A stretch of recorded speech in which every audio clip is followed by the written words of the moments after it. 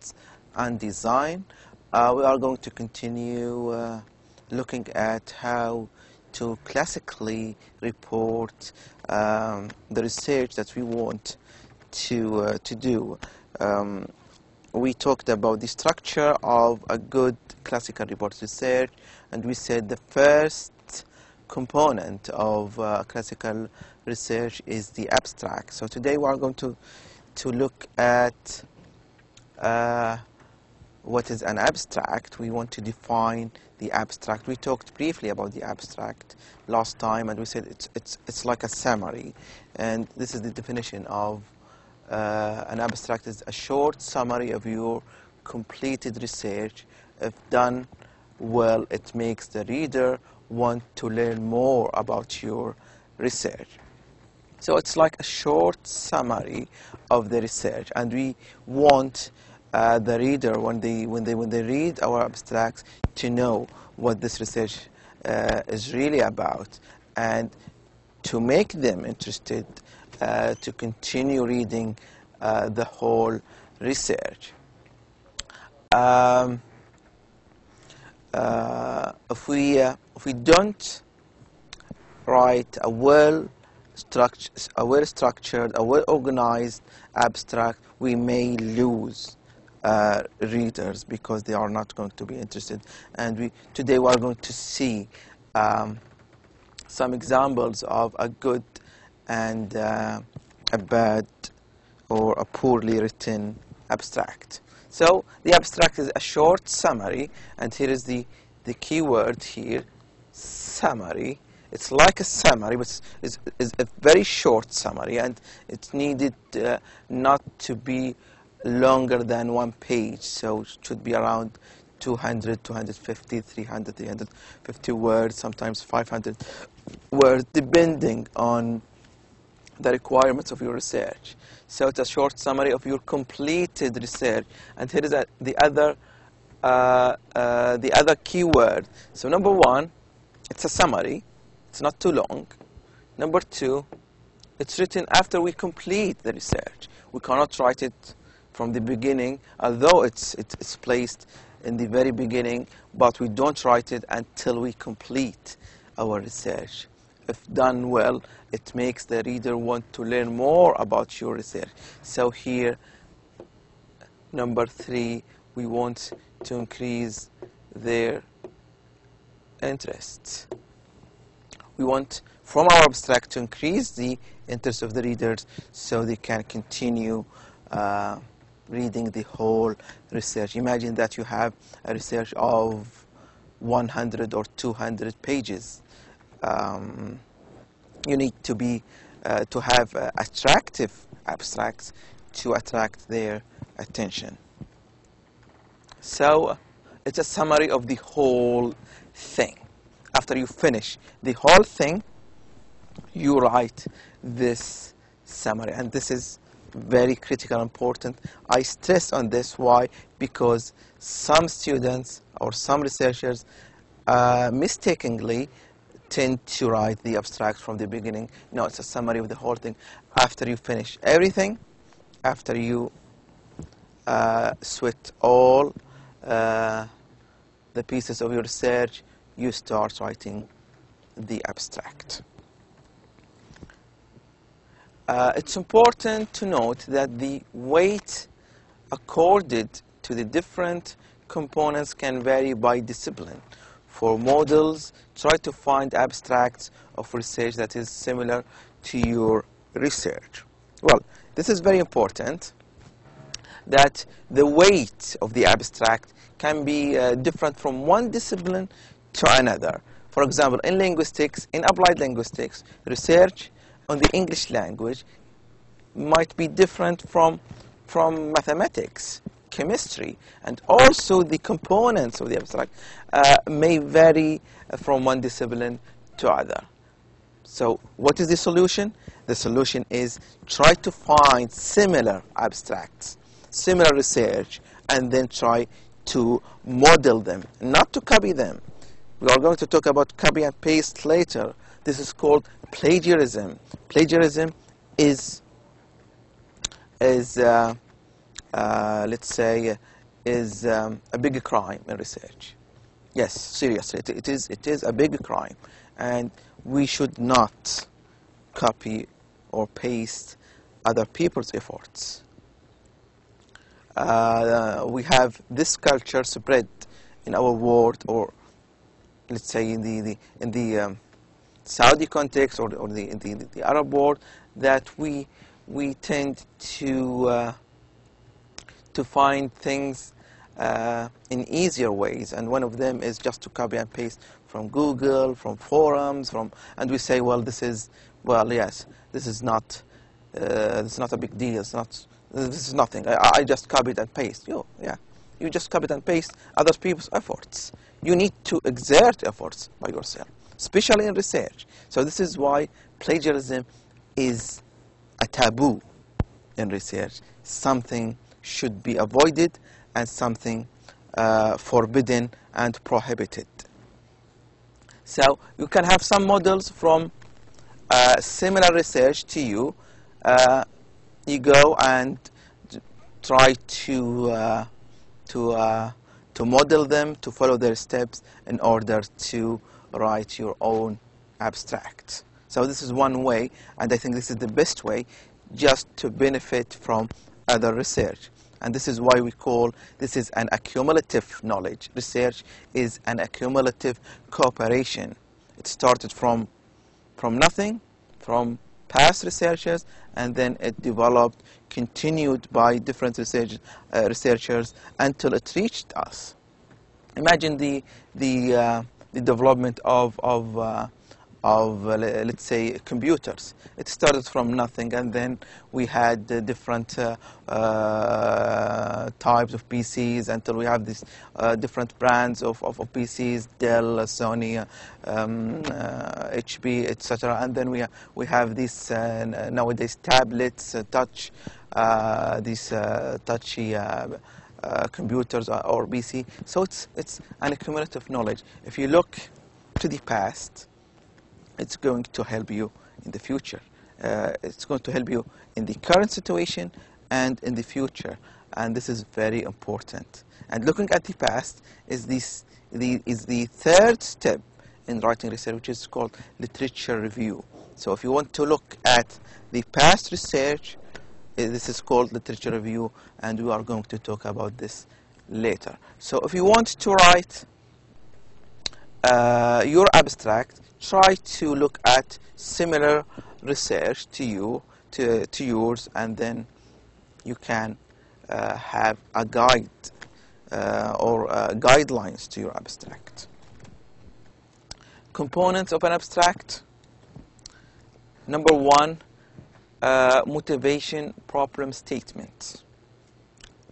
We always start the abstract by stating the problem, which entails the objective of your research. Something like, well, this research is going to look at blah, blah, blah, blah. My study is going to look at the problem of blah, blah, blah, blah. This is the first step, the first component of your research. So you are going to tell in the first few lines why did you care about the problem, what practical, scientific, theoretical, or artistic gap is your research filling. So it's very important from the beginning you tell us why did you want to do this. I wanted, for example, to see how many students failing in the writing course. Why? Because there are too many students failing in the writing course. I wanted to look at them. So to phrase it in the abstract, you would say something like, this study is going to look at the factors accounting students' failure in writing. This is the first of its kind study to look at this in the Saudi context. So you tell us about the gap, and gap in research is a big topic. We don't want to to look at it, but let me mention something about it. In research, we always try to find gaps that haven't been filled before. Let's say that we have research in the Saudi context about students studying English language, and we know their problems in learning English, why they fail, and why they succeed. Okay, and then we have research about the future of these students. A study about, well, if they graduate from university, they have blah blah blah blah blah jobs, blah blah blah blah blah. But there is a gap between the two things. We know the reasons for their failure and success, and then we have a research about their careers or their jobs. But what is in the middle? There is a gap. So you can say, well, for example, I have a proposal, a research proposal, to link the two things. Well, failing students wouldn't be able to secure a job. Why? Because employers would look for the more successful ones, and you want to just link the two topics into one topic. This is just brainstorming, and always in research try to brainstorm to find a gap, and the more the gap is obvious, the more it is it's going to be interesting, and we always try to be unique. Repeating other research is not a problem. It's not a problem to repeat other people's research, but try always to find gaps that haven't been looked before.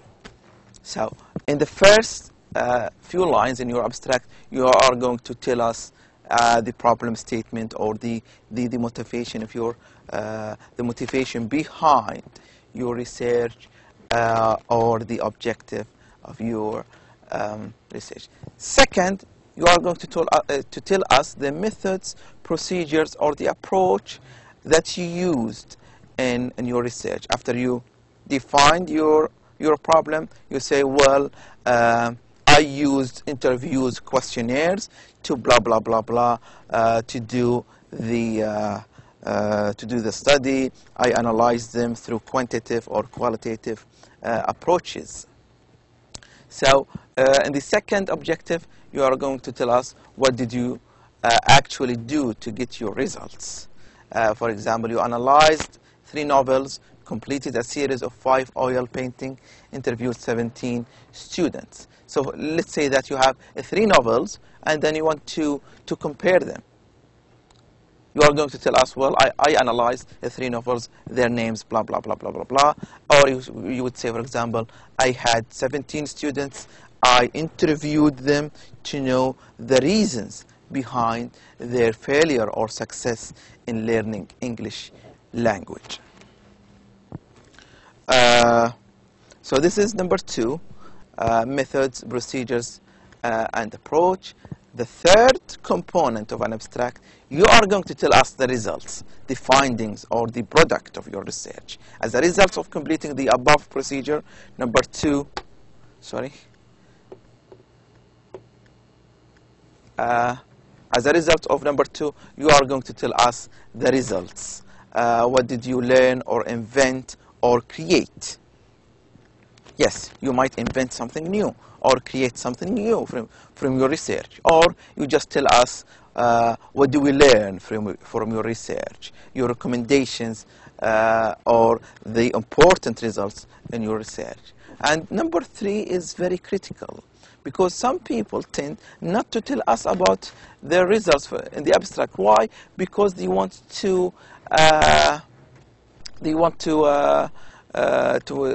leave it until the very end of their research. They just want to get us excited about the research. They think, well, I'm not going to tell you my results from the very beginning in the abstract. No, I'll leave it until the end, just to make some kind of thrill and suspense in the research. No, this is very, very, very wrong.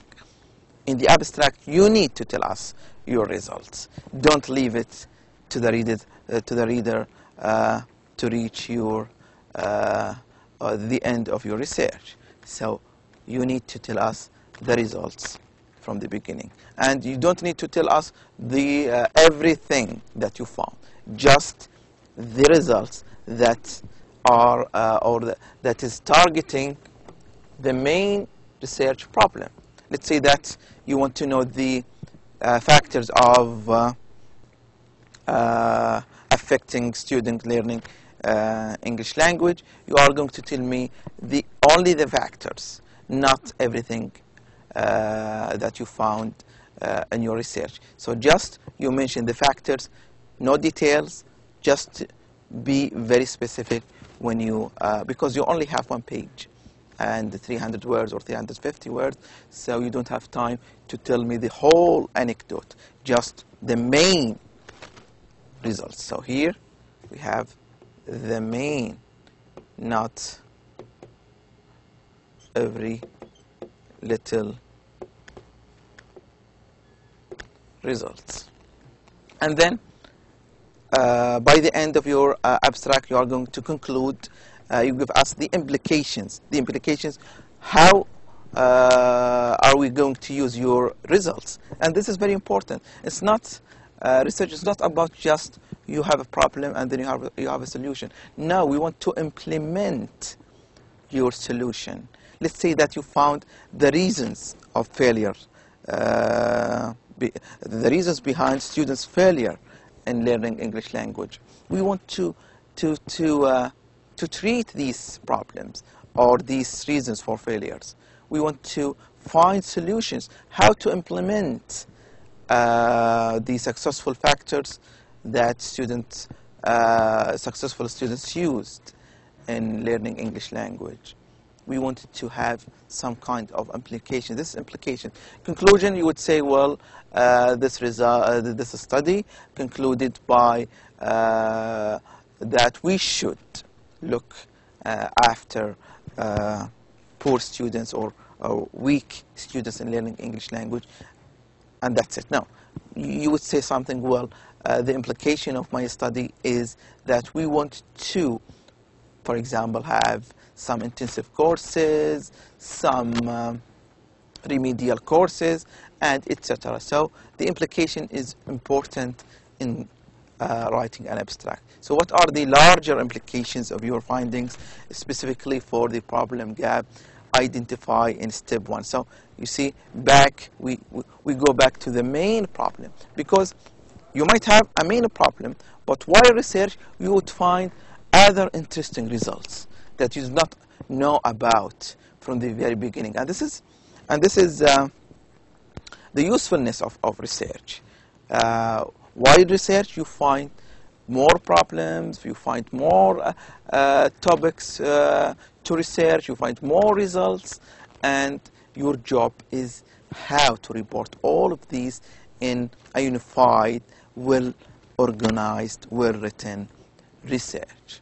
So these are the components of an abstract.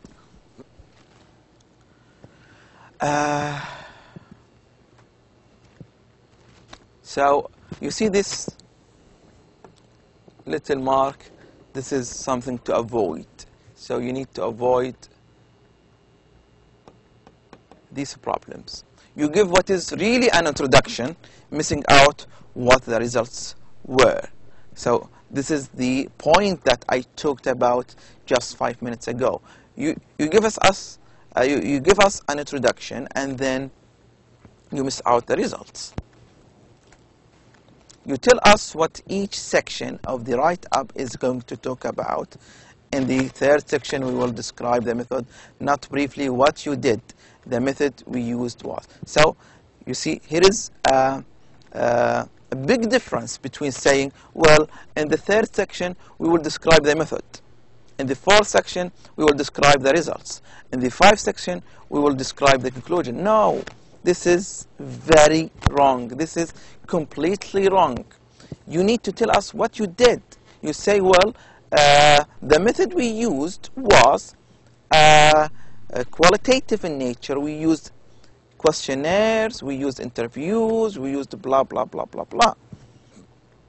This is the way to write an abstract.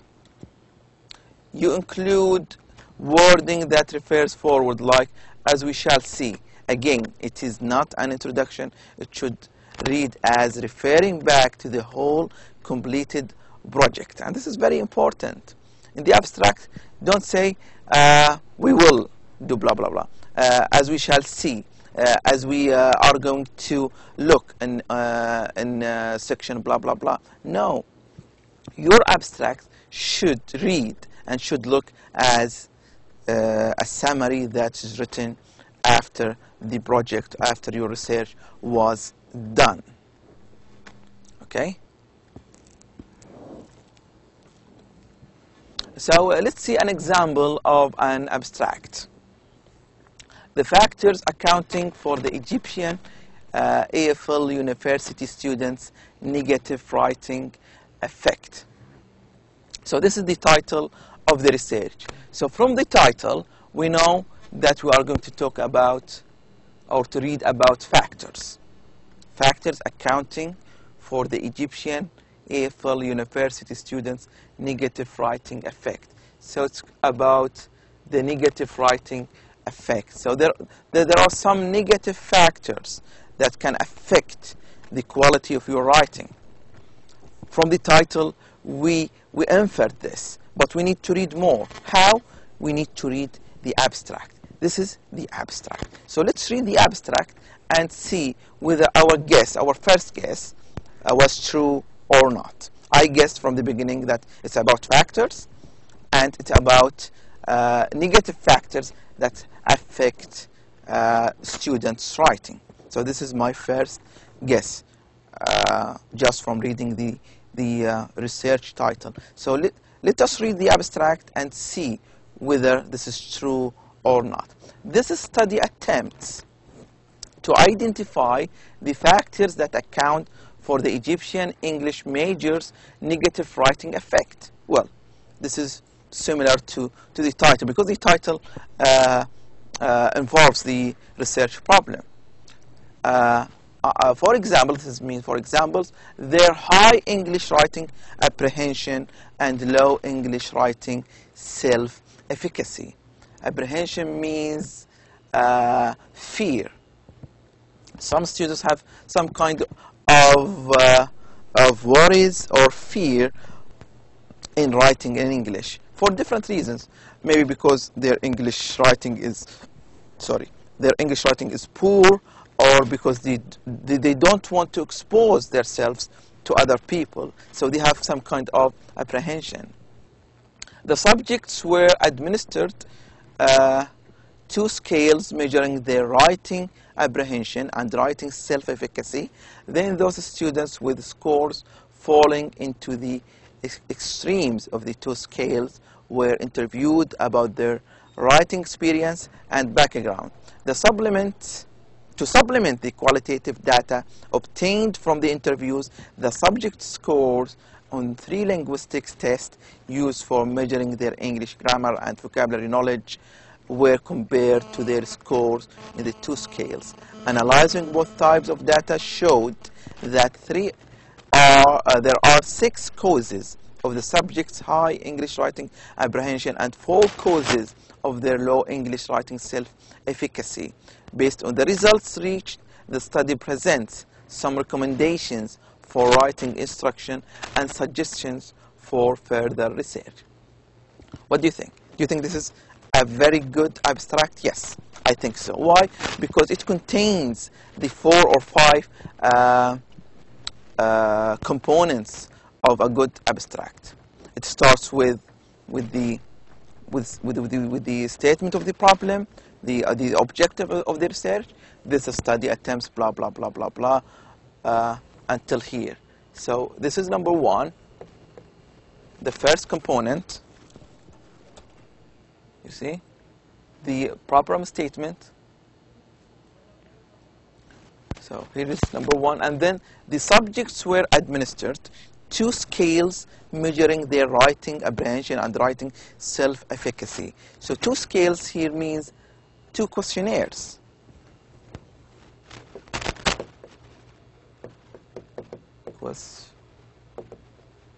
Questionnaires. So two scales means here two questionnaires. So here's what here's the researcher is telling us the methods. How did he approach the problem? So he gave the students two scales, one to measure their apprehension and one to measure their self-efficacy.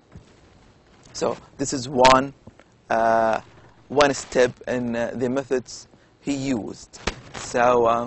So this is, from here we start number 2, talking about the methods. Then those students with the scores falling into the extremes of these two scales were interviewed. So again, he used interviews, so questionnaires and interviews.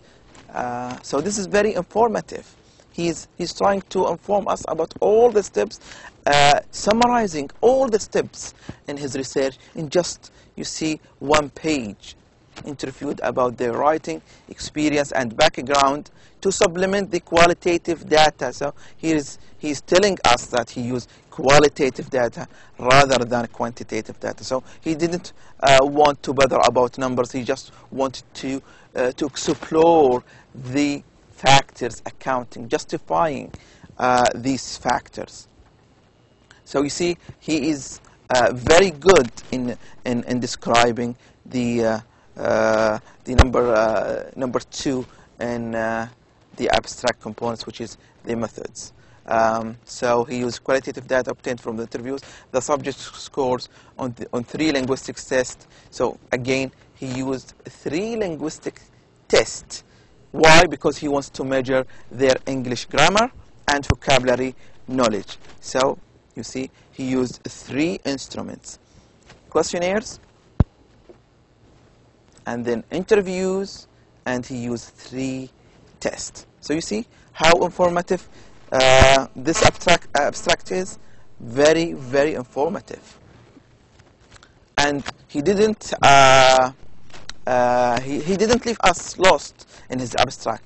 He told us why he used the 3 linguistic tests, because he wanted to measure their English grammar, vocabulary knowledge.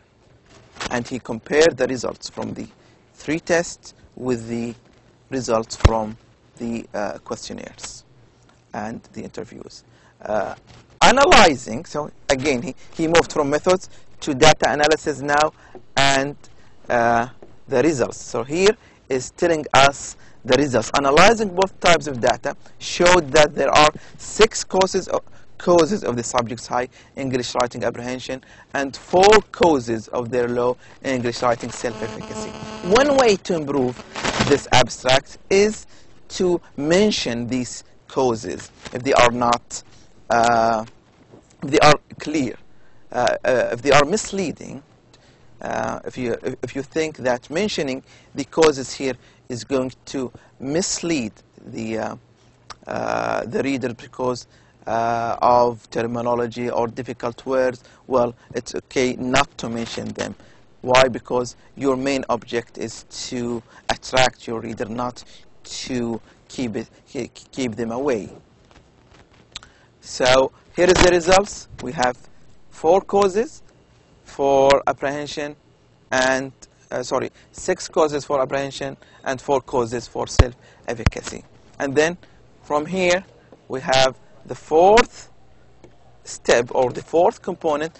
Based on the results reached, the study presents some recommendations for writing instruction to improve writing teaching. Instruction here means teaching. So he recommended some ways to improve writing teaching and also some suggestions for further research. And this is very important.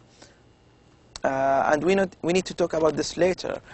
Some would say, where can I find a research problem or a research topic? Well, by reading the previous research. Almost every single piece of research has a section of recommendations for further research or suggestions for further research. Researcher would say, well, I stopped here. I couldn't continue more because of time limit or space limit. I couldn't write more than 100 page, well, I need to stop my research here. You can continue this research from this point onwards. So this is a very good way to end your research with, suggesting more further research on the same topic, or continuing the same topic. So we see we have the 4 components that we need in a good abstract. Here is an example of a poor abstract or poorly written abstract. Let's read it. It's not about English language. It's different, just to show you abstracts from different disciplines. Friends of Children helps underprivileged elementary school children. There currently is a need for after-school programs in Anywhere parish. Like the one Friends of Children would like to provide, such a program will help at-risk children do better in school, learn important interpersonal skills, and become better citizens. The after-school program will target kids in Anywhere parish and will operate after school on Monday through Friday in the local community center. Trained adults will provide homework assistance in all classroom topics, as well as provide games and fun activities. The objectives of the program are to make students better learners and improve their social skills and personal well-being. The impact of the after-school program will be evaluated by looking at students' grades and satisfaction with the program. Friends of Children is requesting $790 for this project. So from the abstract, we know the goal or the objective of this research. We need to establish an after-school program for the kids because blah, blah, blah, it's important, la, la, la, la, la, la. But it's missing what? It's missing a lot of the components of a good abstract. It's incomplete. We have the research problem, the research goals, but we don't have the methods that the researcher is going to use. He said something like, we are going to look at student grades and satisfaction, but this is not complete. You are going to look at the student's grades, but how you are going to establish the program? You would say something like, well, we need experts to come and design a program, design courses. We need a place for that program. It starts from blah, blah. A lot of specifications for that program needed to be established. How the researcher is going to establish all of these ideas and compile them to establish this center or this program. So looking at student grades and satisfaction is just one way to see whether students really want this program or not. If they want it, well, there is a next step. How you are going to establish this program. So the methods here is missing. We don't have results. We don't have conclusion, implication. So almost we have one component and a half. So this is a very or a poorly written abstract, and we can read a comment here about it. The poor example is incomplete, as we said. It does not provide the same level of detail found in the good example. Yes, we don't have the information needed. The whole picture was formed in the good example. We learned a lot of information, very detailed information regarding the good example. We knew about the instruments, their purposes. We knew that it was qualitative, blah, blah, blah. But in the poor example, missing a lot of information. This poor example does not grab the attention of the reader. Yes. Well, why do I want to read your research? It's incomplete. It's not attractive. It's not interesting enough for me. There is no good description of the need, the organization, and its mission is not well defined. Yes, the mission of the program, the objective of the program is not well defined, and no basic details of the program are provided. Like I said, no basic details of the program. We need some basic details of the program. Well, the program is going to target blah, blah, blah to develop the kids' skills. So we see that it's very important in writing an abstract that we care about. We really focus on these 4 components in order to write a good example. This is it for today. I hope it was interesting, and wish you all the best in the next lecture. Next lecture we are going to talk about introduction and literature review.